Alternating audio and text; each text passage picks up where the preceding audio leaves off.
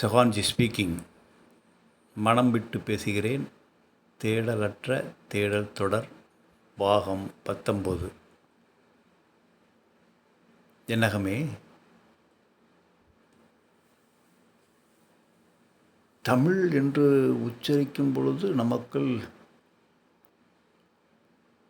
அமுதூர்மா, ஆச்சரியமாக இருக்கிறது. அற்புதம் அற்புதம்.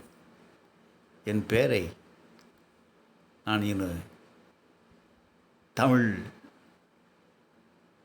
ஜெய் தமிழ் என்று வைத்துக் கொள்ளலாம் என்று இருக்கின்றேன். என்ன சொல்கின்றாய்? வைத்துக்கொள். நீ இதுவரை என்னிடம் கேள்வி கேட்டாயே அல்லவா? நான் உன்னிடம் ஒரு கேள்வி கேட்கட்டுமா? கேள் என்னகமே. உன் ஆத்மாவை வீழ்த்தலச் செய்து அதற்கு பெயரிட்டு கொண்டாடுகின்றாயா? என்ன? ஆத்மாவை வீழ்த்தலச் செய்து பெயர் வைக்கணுமா? அப்புறம் கொண்டாடணுமா?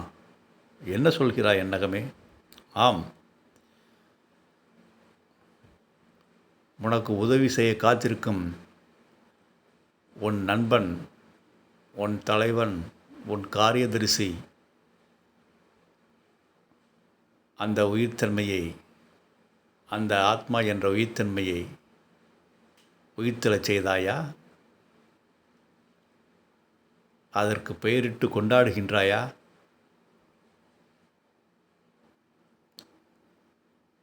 இல்லை என்னகமே. முதலில் அதை செய். எப்படி என்னகமே? எப்படி நான் என் ஆத்மாவை உயிர்த்தெழச் செய்வது? உன் உயிர் சக்தியை அதற்கு கொடு. எப்படி கொடுப்பது? உன் உயிர் சக்தியை மடைமாற்று. மடைமாற்று என்றால் உன் உயிர் சக்தியை அதற்கு திருப்பிவிடு. இப்போ என் சக்தி, என்னோடய உயிர் சக்தி எங்கே தான் போயிட்டுருக்கு? உன் உயிர் சக்தி உன் உடம்பிற்கும் உன் ஆணவ மனதிற்கும் சென்று கொண்டிருக்கிறது. உன் ஆணவ மிக்க மனதின் தாக்குதலால் அதனுடைய செயல்களுக்கு சென்று கொண்டிருக்கிறது. அதனை கவனித்து உன் உயிர் சக்தியை உள்புறமாக திருப்பி உனக்காக உதவ காத்திருக்கும் அந்த ஆத்மாவிற்கு வழங்கு. அதுதான் நீ செய்யும் முயற்சி. தெய்வத்தால் ஆகாதெனினும் முயற்சிதான் மெய்வருத்த கூலி தரும் என்று வள்ளுவர் சொல்கின்றாரே. உன் மெய்யை எப்பொழுது நீ வருத்தப் போகின்றாய்? என்னது? மெய்யை வருத்துவதா? ஆம். மெய்யினா என்ன? மெய் என்றால் உன் உடம்பை மெய் என்று ஏன் சொன்னார்கள்? ஏன் சொல்கின்றார்கள் தெரியுமா? தெரியாது என்னகமே. சொல், நீ விளக்கம் சொல். அழியக்கூடிய இந்த தேகத்தை, நோய்வாய்ப்பட்டு இருக்கக்கூடிய இந்த உடம்பை மெய் என்று ஏன் சொல்கின்றார்கள் தெரியுமா? அது ஒன் சத்தியத்தை, ஒன் உயிர்த்தன்மையை, அந்த பரமாத்மத்தன்மையின் துளியை, அந்த பிரம்மத்தின் துளியை அது தாங்கி கொண்டிருக்கிறது அல்லவா? அதற்காகத்தான் உன் உடலை, தேகத்தை மெய்யென்று சொல்கின்றார்கள். ஓ, அதனால்தான் தேகத்தை மெய்யென்று சொல்கின்றார்களோ? அழியக்கூடிய ஒரு பொருளை, அழியாத ஒரு பொருள் அழியாத பொருளை தாங்கிக் கொண்டிருப்பதால் அதற்கு மெய்யென்று சொல்கின்றார்களோ? அற்புதம் அற்புதம். தெய்வத்தால் ஆகாதெனினும் முயற்சிதான் மெய்வருத்த கூலி தரும் என்று வள்ளுவர் சொல்கின்றாரே. இதற்கான அர்த்தம் உனக்கு தெரியுமா?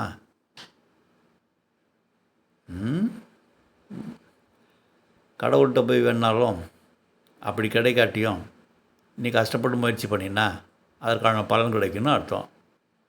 அது சரியான விளக்கம் அல்ல. இது சரியான விளக்கம் இல்லையா?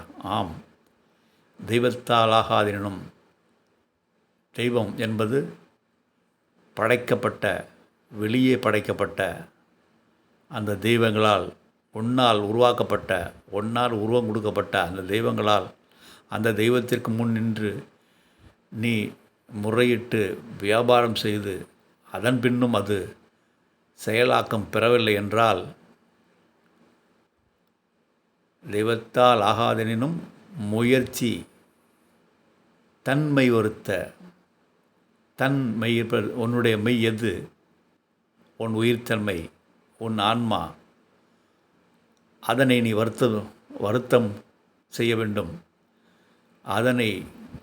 அதற்கு உன் உயிர் சக்தியை வழங்க வேண்டும்.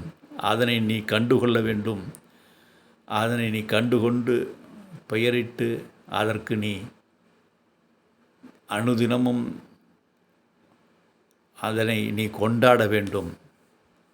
அதுதான் உன் மெய்யை, உன் உயிர்த்தன்மையை வருத்துவதற்கு சமம். அப்படி நீ உன் மெய்யை வருத்தினால், அப்படி முயற்சி செய்து உன் ஆத்மாவை நீ கண்டுகொண்டு அதை அனுதினமும் நீ கொண்டாடினால் அதற்கான பலன் அற்புதமாக இருக்கும். நீ யார் என்று நீ உணர்ந்து விடுவாய். உனக்கு தலைவன் நீயே ஆகிவிடுவாய். ஐயனாகவும் அப்பனாகவும் நீயே உனக்குள் உயிர் தெழுந்து விடுவாய். இவ்வளோ விஷயம் இருக்கா? சரி என்னகமே, நீ உன் ஆத்மாவை உயிர்த்தெழச் செய்து அதற்கு பெயரிட்டு தினமும் கொண்டாடுகின்றாயா? என் ஆத்மாவிற்கு பெயர் சூட்டிவிட்டேன். என்ன பெயர்? Sagan G. என்ன வடநாட்டு பெயர் போல் இருக்கிறது. செல்ஃப் கான்ஃபிடென்ட் என்கரேஜர்ஸ் மெடிடேஷன் மூமெண்ட்ஸ் என்று நான் ஒரு தியானம் இயக்கம் நடத்தி வருகிறேன் அல்லவா? அந்த இயக்கத்தின் பெயரில் உள்ள self, SE, confident, CO, என்கரேஜர்ஸ், EN, இந்த 6 எழுத்தையும் சேர்த்து ஷெகான் என்று பெயரிட்டு மரியாதை நிமித்தமாக ஜியை சேர்த்து செகான் ஜி என்று என் ஆத்மாவிற்கு பெயர் வைத்து விட்டேன். ஷெகான் ஜி உங்களை, உறக்கத்தில் இருக்கும் உங்களை உலுக்கி உயிர்த்தெழச் செய்யும்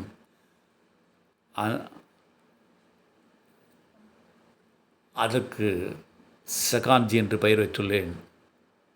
என் பெயரை சொல்லும் பொழுதே உன் தேகத்தில் ஒரு உழுப்புகின்ற ஒரு அதிர்வு தோன்றுகிறதல்லவா? உனக்கு அதிர்ச்சி வைத்தியம் கொடுத்துதான் உன்னை உள்முகமாக திருப்ப வேண்டும். அதனால் என் பெயரிலேயே ஒரு அதிர்வினை கொண்டு வர செகான்ஜி என்று பெயரிட்டு அதற்கு என் உயிர் சக்தியை அனுதினமும் வழங்கி கொண்டு அதனை கொண்டாடி வருகின்றேன். செகான்ஜி, அருமையான பெயர் என்னகமே, அருமையான பெயர்.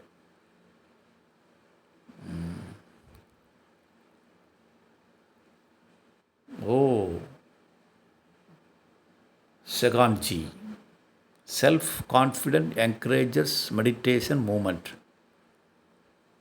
தன்னம்பிக்கை வளர்ச்சி தியான இயக்கம்.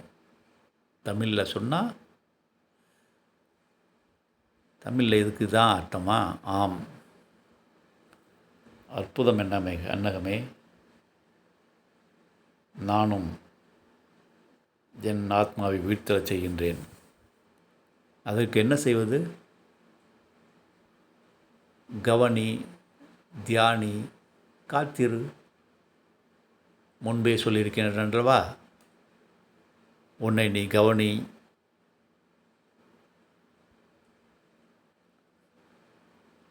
சமயம் கிடைக்கும் பொழுதெல்லாம் தியானி. அந்த தியானத்தை உயிர்ப்புடன் செய், உணர்வுடன் செய். அந்த தியானமும் இயல்பாக நின்று உனக்குள் அந்த பரமாத்மத்தன்மை அதிர்வுகள் உள்நிலை வரை காத்திரு. அந்த காத்திருத்தலின் உச்சத்தில் அந்த பரமாத்மத்தன்மை அதிர்வுகள் உன்னுள் பாயும். அந்த பரமாத்ம தன்மையின் அதிர்வுகளை தாங்கிக் கொள்ளும் அளவிற்கு உன் உடலையும் மனதையும் தயார்படுத்துவதற்காகத்தான் உன்னை கவனிக்க சொன்னேன், உன்னை தியானிக்க சொன்னேன்.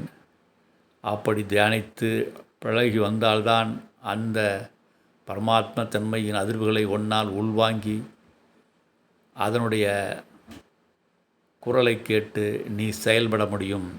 அதற்காகத்தான் கவனி, தியானி, காத்திரு என்ற ஒரு ஆன்மீக உத்தியையும் உனக்கு கூறுகின்றேன்.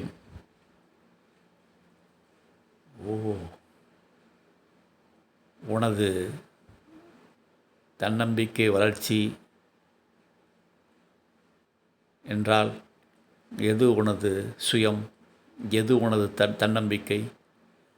உனது உயிர்த்தன்மைதான், உனது உயிர்த்தன்மையின் குரல்தான் தன்னம்பிக்கை. உன் உயிர்த்தன்மையின் எழுச்சிதான் தன்னம்பிக்கை. அந்த உனது உயிர்த்தன்மையின், உனது ஆத்மாவின் வளர்ச்சியை உசுப்பி இருப்பதுதான் எனது ஆன்மீக பணி, எனது தார்மீக பணி.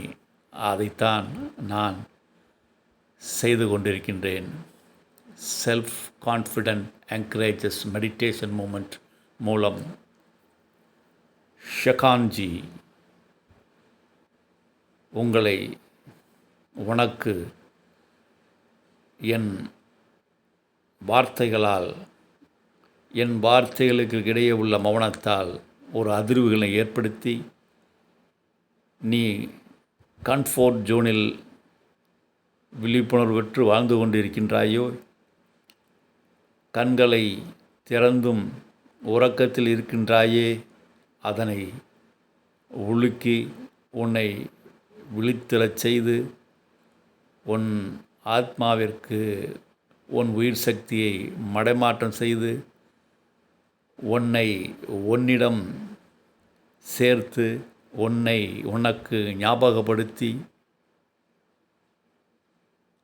அந்த ஞாபகப்படுத்துக பின் நான் சட்டென விலகிவிடுவேன். அதுவரைதான் என் பணி. அதற்கு பிறகும் உன்னை நான் என் அருகில் வைத்து கொண்டிருந்தால் உன்னை பயன்படுத்துவதற்கு சமம்.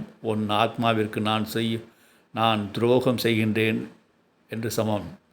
பௌளி சாமியார்கள் எல்லாம் தன் சீடர்களை அருகிலேயே கடைசி வரை வைத்து கொண்டு அந்த சீடனை பொருளாக பயன்படுத்தி கொண்டிருக்கின்றார்கள். அது மிகப்பெரிய பாவம்.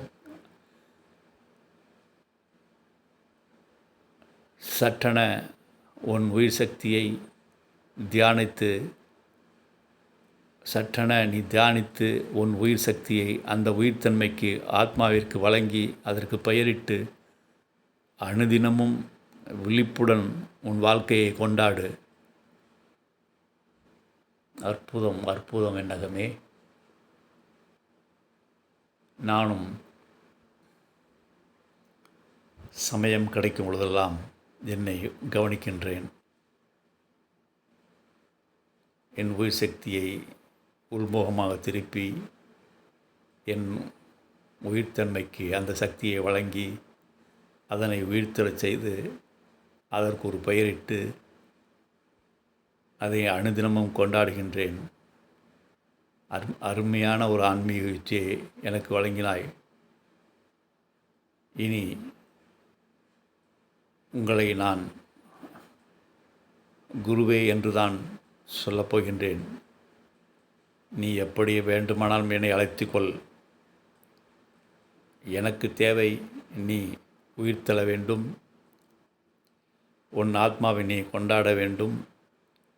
எவன் ஒருவன் தன் ஆத்மாவை உணர்ந்து கொண்டாடுகின்றானோ அவனை யாராலும் பயன்படுத்த முடியாது. அவனை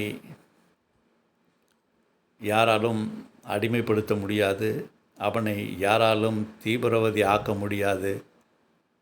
அப்படிப்பட்ட நிலைக்கு நீ உயிர் தள்ள வேண்டும். அதுதான் என் அவா.